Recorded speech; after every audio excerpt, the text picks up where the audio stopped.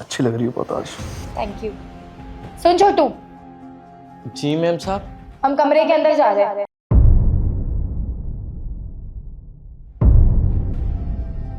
तो कोई भी रूम पे ना आ पाए, हमें डिस्टरबेंस नहीं चाहिए।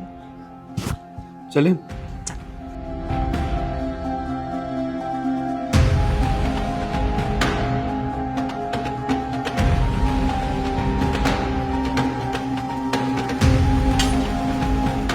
कौन है ये? पता नहीं साहब। तुझे नहीं पता? अबे घर के अंदर तू रहता है और तुझे नहीं पता घर के अंदर कौन आ रहा है? साहब ये लड़का मैम साहब से रोज मिलने आता है। मतलब ये घर के अंदर रोज आ रहा है और तुझे पता नहीं है कौन है? सुन सुन, कहां जा रहा है तू?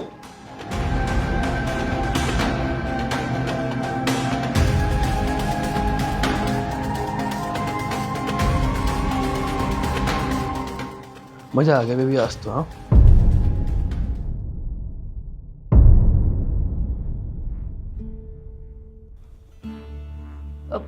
कबीर तुम?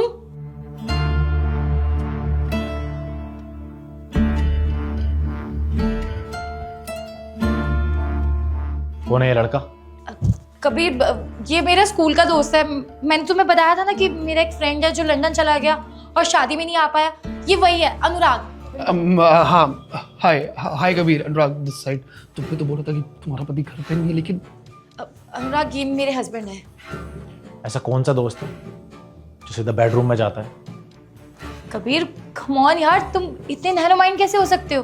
और वैसे भी मैं तो अपना घर ही तो दिखा रही थी। अब इतने टाइम बाद आया है, मैं बस सारी चीजें दिखा रही थी कि कैसे मैं रह रही हूँ।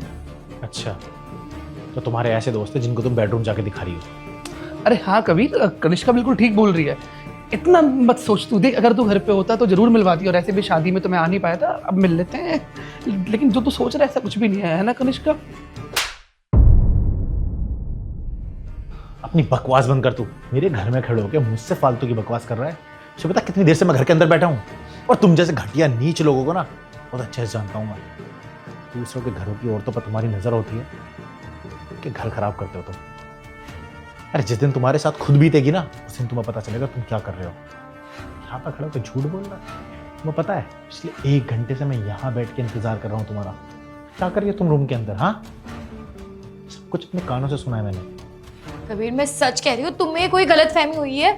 तुम क्या बोले जा रहे हो, मुझे कुछ समझ नहीं आ रहा है।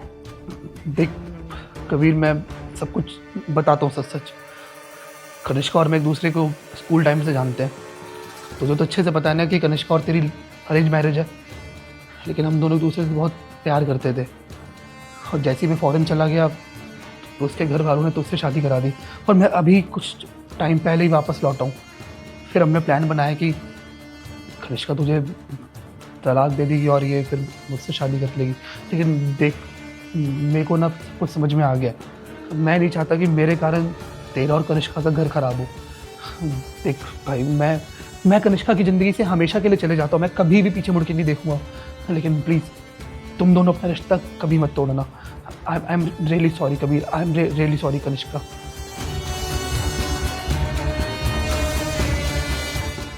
I am so sorry Kabir, मैंने तुम्हें ये सब के बारे में नहीं बताया। लेकिन सच में अब मेरा इससे कुछ भी मतलब नहीं है, और तुम मेरे को डिवोर्स मत दो। तुम्हारे अंदर तो इतनी भी शर्म नहीं है, तुम आज भी मुझसे झूठ बोल रही हो। पहली बार नहीं हुआ है, अब से पहले भी हो चुका है।